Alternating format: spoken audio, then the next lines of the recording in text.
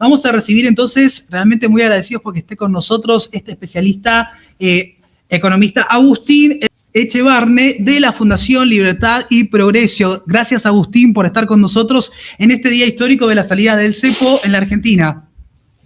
Un placer charlar con ustedes, un gustazo. Agustín, estamos en un proceso de, desinflación de la Argentina precisamente, pero algo que se pregunta a la gente es si esto va a continuar o si, por lo menos por unos meses, el impacto de esta suba del dólar oficial se va a trasladar a precios. Bueno, la verdad es que hoy es un día tal cual como decís, es un día histórico, porque después de unos cuantos años de tener estas restricciones cambiarias, hoy los argentinos pueden comprar los dólares que quieren y sacarlos si quieren, invertir en lo que sea y demás. Y sobre todo los inversores internacionales que vengan a la Argentina y que quieran ganar dinero, obviamente, después si lo quieren llevar, se lo pueden llevar. Porque lo que pasaba hasta el viernes, que si vos eras un inversor internacional y querías traer la plata de Argentina, podías traerla. Podías ser una empresa, pero no te podías llevar la ganancia. Entonces, ¿quién va a venir a la Argentina? Nadie. Entonces, evidentemente, eso es una cosa totalmente anómala, ridícula, y todos sabíamos que teníamos que salir lo antes posible. Bueno, finalmente ya salimos, tardamos un poco más de lo que creíamos. Yo pensé que íbamos a salir en diciembre del año pasado, y hoy nos encontramos que efectivamente el ministro Caputo tenía la misma sensación, de que quería, ya el año pasado había decidido salir, cerca de diciembre del año pasado, pero faltaba el acuerdo con el Fondo Monetario que finalmente llegó. Entonces ahora la pregunta tuya es si esto va a precios o no. Bueno, vamos a verlo, porque en realidad cuando vos mirás el dólar, ¿cuál era el dólar que todos mirábamos? ¿El oficial o el libre? ¿O el contado libre con liqui? Ese era el que mirábamos todos. Y ese dólar está bajando. Entonces los que hablan de devaluación, ¿de qué? ¿Devaluación de qué? Del oficial. Pero el que mirábamos todos, en realidad, se está apreciando. Entonces, ¿cómo afecta esto?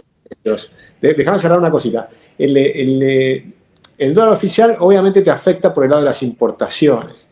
Exacto. Pero el dólar libre te afecta por el lado de las expectativas. Entonces hoy tenés el lado de las importaciones, sí va a ser un poco más caro, pero el lado de las expectativas, al contrario. El que estaba especulando, especulando, que para mí no es una mala palabra, especular es lo que tienen que hacer todos los empresarios tratando de ver qué es lo que se viene. Y cuando tenés incertidumbre y no sabes lo que se viene, en Argentina estamos acostumbrados, por la duda, a comprar dólares y subir los precios. Claro, nos vamos siempre al lado más pesimista, ¿no? Claro, pero eso es natural porque tenemos 80 años de desastres. Pero, ¿qué es lo que cambió? Que ahora este plan va a funcionar bien, está funcionando bien, es un plan desinflacionario. Ahora han matado las causas de la inflación, que es lo que hablamos siempre. Nosotros nunca creímos que la inflación era multicausal, sino que la inflación era el aumento de la moneda que se daba por el déficit fiscal y por el déficit cuasi fiscal. Y entonces lo que va a pasar ahora, y el tercer punto es cuando compras dólares, pero eso es un aumento de como pasaba con la convertibilidad, que aumentara la cantidad de dinero, pero porque entraba más cantidad de dólares al Banco Central. Pero en este caso ni siquiera porque va a haber flotación limpia. Entonces entre las bandas no va a haber una gran acumulación de reservas del Banco Central y no va a estar emitiendo pesos. Entonces lo que va a pasar es que va a haber escasez de pesos. Si mirás a mediano plazo, el peso va a ser, déjame hacer una frase, el peso va a ser más fuerte que el dólar. Sí, como lo vimos un poco también con el blanqueo el año pasado, cuando vimos ese cambio, ¿no? De que el peso, digamos, estaba teniendo más valor dentro de la economía o por lo menos cobrando relevancia. Agustín, quería preguntarte, ¿cuál es la diferencia que tenemos ahora en cuanto a las bandas en comparación con lo que se realizó en la gestión de Mauricio Macri? Bueno, es completamente distinto el escenario, porque Mauricio Macri tenía déficit fiscal. Cuando tenés déficit fiscal, estás emitiendo pesos permanentemente. Entonces estás metiendo más pesos, más pesos, más pesos. Si nosotros tomáramos 20.000 millones de dólares del Fondo Monetario, pero nuestro déficit fuera 6%, como era con Macri, y con Cristina Kirchner, y con Alberto, te fumás los 20.000 millones de dólares en un año. ¿Se entiende? En cambio, ahora es al revés. Ahora tenés superávit fiscal. Y un dato interesante es que el presidente, después de la firma, y sin porque nadie se lo pida, aumentó el superávit. Y dijo, en vez de 1,3% de superávit primario, voy a ir a 1,6%. Es decir, que sigue apretando, bajando el gasto. Y lo hace por convicción, no porque se lo pida a nadie. Tiene una convicción total de que hay que seguir bajando el gasto público, porque lo que quiere hacer es seguir bajando impuestos. Entonces, pero quiere bajar impuestos teniendo una clarísima noción de que vas a tener superávit fiscal. Es decir, superávit fiscal bajando impuestos, porque acá estamos diciendo que el diciembre del año pasado, que ya parece que nos olvidamos, pero en diciembre del año pasado eliminamos el impuesto país. La recaudación del impuesto país equivalía a 1,5% anual. Entonces, ahora sin ese impuesto vamos a aumentar el superávit, ¿se entiende? Y entonces a fin de año va a volver a bajar impuestos, porque la economía cuando crece 5%, el aumento de la recaudación equivalente es a 1,5 puntos del PBI, que eso es más o menos equivalente a lo que te entran por todas las retenciones del campo. Entonces el año que viene va a poder eliminar las retenciones. Entonces este año saliste del cepo, que ya beneficia al campo. Pero el año que viene vas a poder eliminar las retenciones o el impuesto al cheque, o parte y parte, puede ser porque son los dos impuestos que tiene en la cabeza el gobierno, que son los impuestos distorsivos. Y después te van a quedar impuestos distorsivos de las provincias. Agustín, sabes que la semana pasada se dio un fenómeno muy importante en las páginas, viste, de cualquier lugar que vos querés comprar online, se está discriminando el precio con impuestos y sin impuestos. Ahí tenemos realmente mucha cosa, digamos, por actuar e intervenir. ¿Cómo ves esta dinámica? ¿Cómo el gobierno eventualmente podría avanzar hacia quitar todos estos impuestos que afectan muchísimo al argentino de a pie? Bueno, eso va a llevar tiempo, por lo que te decía, el crecimiento económico te permite ir bajando impuestos. El gobierno tiene en la cabeza muy claro que quiere eliminar los impuestos distorsivos inmediatamente, lo más rápido posible, pero también tiene la idea de eliminar estos 150 impuestos y quedarte nada más que con 6 o 7. O sea, en algún momento va a ser después de las elecciones seguramente, yo creo que va a ganar las elecciones, y entonces después de las elecciones va a tener mayor poder en el Congreso para presentar propuestas. Y la propuesta que tengo que presentar es hacer un nuevo régimen de coparticipación federal, donde las provincias tengan sus impuestos, la nación tenga los suyos y haya competencia entre provincias. Porque acá el problema que tenemos es que todo el esfuerzo que está haciendo el gobierno federal en bajar el gasto y bajar los impuestos, resulta que hay provincias o la misma ciudad de Buenos Aires que suben los impuestos. Entonces va a esa contramarcha de lo que hay que hacer. Acá hay que bajar el gasto y bajar los impuestos. En la provincia de Buenos Aires se dio mucho ese efecto, ¿no? Totalmente, en la provincia de Buenos Aires, pero también en varias de las provincias del interior del país, incluso en la provincia de Santa Fe, en muchos lugares. Y eso es un desastre. Y también en los municipios, con las tasas. Las tasas son un pago por un servicio. Lamentablemente, nuestra Corte Suprema, que funciona muy mal, permitió a los municipios cobrar, por ejemplo, sobre la facturación de una empresa en todo el país. Lo cual es un disparate, porque no te presta servicios en todo el país, te presta en su municipio. Con lo cual la tarifa tiene que tener una tasa tiene que tener relación con el servicio que te presta la municipalidad. Entonces no puede haber, por ejemplo, tasas de publicidad, porque no te presta ningún servicio por la publicidad. Claro. Tampoco puede hacerte tasas por combustibles, porque no te da ningún servicio, te lo da un privado al servicio del combustible, que pone una estación de servicio, compra la nafta y te la vende. El Estado no hizo nada, no tiene nada que cobrarte. Te puede cobrar si el alumbrado, barrido y limpieza. ¿Por qué? Porque te da alumbrado, porque te da barrido, porque te da limpieza, siempre y cuando te lo dé. Y tampoco debiera cobrar, por ejemplo, en los caminos rurales, las tasas viales solamente debería cobrarte lo que gasta en reparar los caminos rurales, no para financiar al municipio. Acá hay una distorsión enorme en toda la Argentina y eso, este gobierno está en el camino de ir mejorándolo, pero recordemos que estos son 80, 100 años de desastres que se van acumulando. Cuando lees las leyes y las normas y demás y los decretos, el otro día Federico Sturzenegger estuvo en la fundación y nos mostraba que no son 70.000 decretos, encontraron 700.000 decretos que están revisando para eliminar, para cambiar. Son acumulación y acumulación de decretos. La gran mayoría no se usan, pero igual molestan, ¿no? Y entonces haciendo una gran limpieza de toda la legislación argentina, pero va a llevar mucho tiempo. Con respecto a la inflación, que ustedes lo estiman muy bien, ¿cómo estás viendo estas primeras 2 semanas de abril? Bueno, por lo pronto lo estimábamos muy bien, porque marzo fue un mes difícil. Claro, bueno, hubo una pausa ahí, pero eso le pasó a todas las Sí, el REM, consultoras. Tuvimos una variación ahí con el REM. Tuvimos ahí Sí, ahí hubo un cambio muy grande. Yo creo que fue por la especulación de todo lo que pasó con dos cosas: con el acuerdo con el Fondo Monetario, que sabíamos que íbamos a cambiar de sistema, pero no sabíamos cuál iba a ser ese sistema.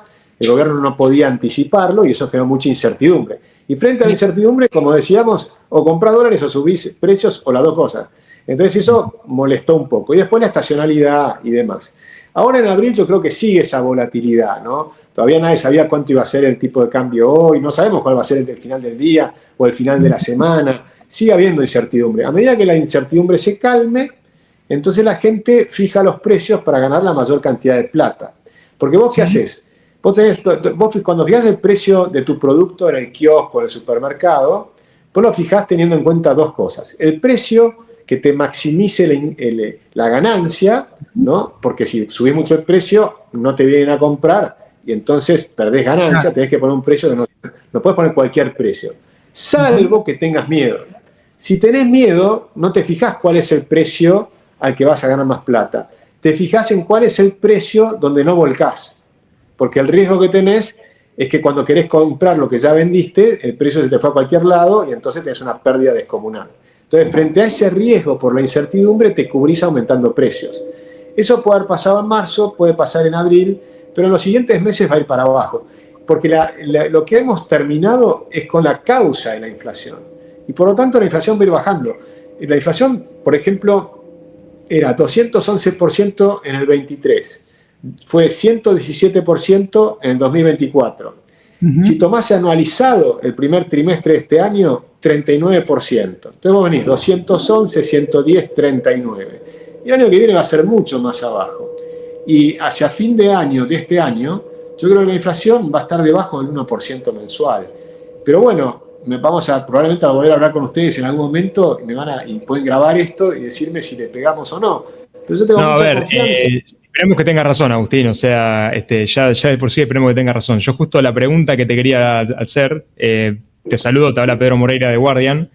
Yo la pregunta que tenía para vos, Agustín, es ahora con el tema nuevo de las bandas. Quería saber también vos cómo veías el tema de la liquidación del agro, sobre todo porque están estableciendo todo esto, mirá qué bueno el timing, lo están haciendo justo al comienzo del llamado trimestre de oro, donde tenemos acá y los exportadores están cosecha gruesa, está todo por liquidar y donde también, esto no lo habíamos mencionado, pero el Fondo Monetario Internacional puso metas de acumulación de reservas y hay que empezar a acumular ayer, así que para poder conseguirlas. Sí, puso varias metas, que eso también después, Agustín, si podés comentarnos un poco de eso, sería muy importante.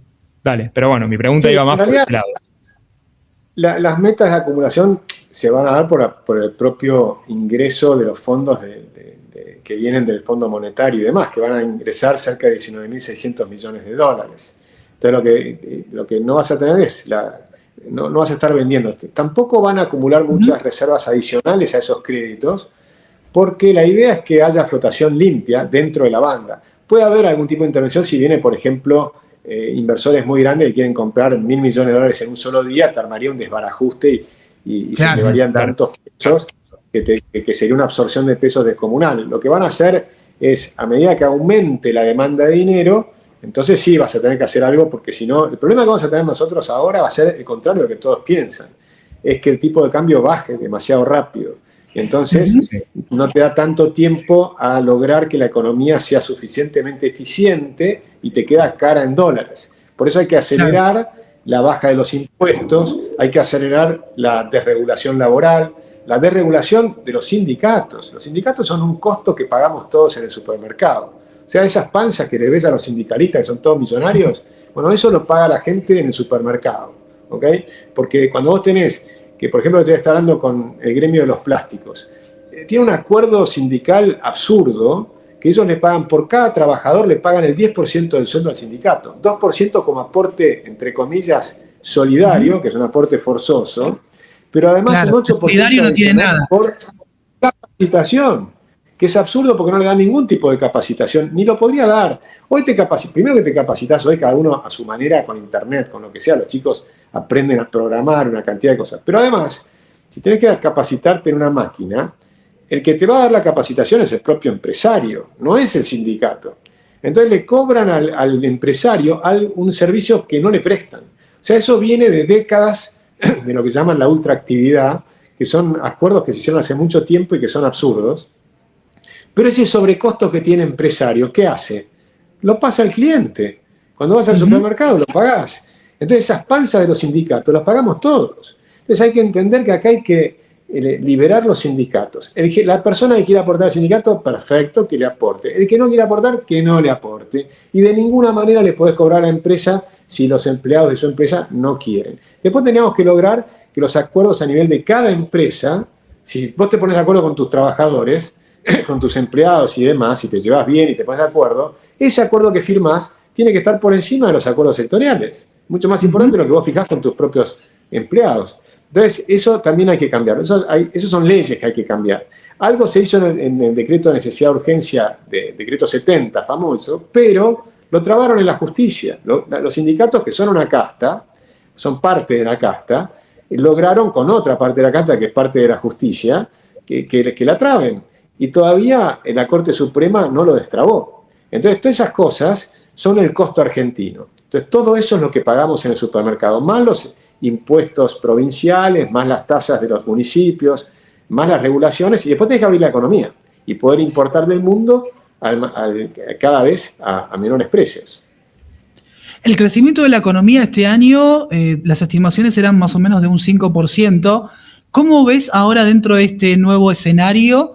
¿Podremos eventualmente crecer un poco más? ¿Esto estará condicionando un poco nuestro crecimiento de este año? ¿Y se reacomoda un poco también las perspectivas para 2026? Yo creo que esto va a destrabar inversiones. O sea, efectivamente va a haber la posibilidad de que haya más inversiones. De nuevo, el riesgo que yo les veo es al revés de lo que dicen todos. Es como que si se va demasiado rápido para abajo y se aprecia mucho el tipo de cambio, bueno, va a haber empresas que van a estar sufriendo por la apreciación del peso. Entonces, pero ya no van a poder hablar de retraso, va a ser simplemente el mercado, la oferta y la demanda te lo va a fijar abajo. Entonces lo que vas a ver, se va a notar cosas que existen hace tiempo y que nunca se resuelven porque lo tapaba la inflación. Es como los japoneses aprendieron las técnicas just in time, seguramente ustedes lo han escuchado alguna vez, ¿no? Era bajar el nivel de stocks. Y cuando vos bajás el nivel de stocks en una línea de montaje, se notan los problemas. Entonces tenías que ir removiendo todos los problemas y sos mucho más eficiente. En Argentina el equivalente era la inflación. Cualquier problema, lo que hacían los empresarios cuando le cobraban este 8% que hablábamos recién, o 10% en total, los sindicatos se dan vuelta y se lo pasan a los empresarios, al consumidor. Entonces, que todo lo pasabas, devaluás, pum, lo paso al consumidor, todo lo pasamos al consumidor. Y eso era la hiperinflación, una inflación altísima y demás. Cuando desaparece ese mecanismo, entonces empiezan a aparecer los problemas reales. Y los argentinos ahora nos vamos a tener que abocar a solucionar los problemas reales, la infraestructura, que Moyano no sea una traba para la logística de la Argentina. Por ejemplo, hay lugares donde los camiones tienen que ir llenos para un lado y cuando vuelven tienen que volver vacíos por un problema de regulación.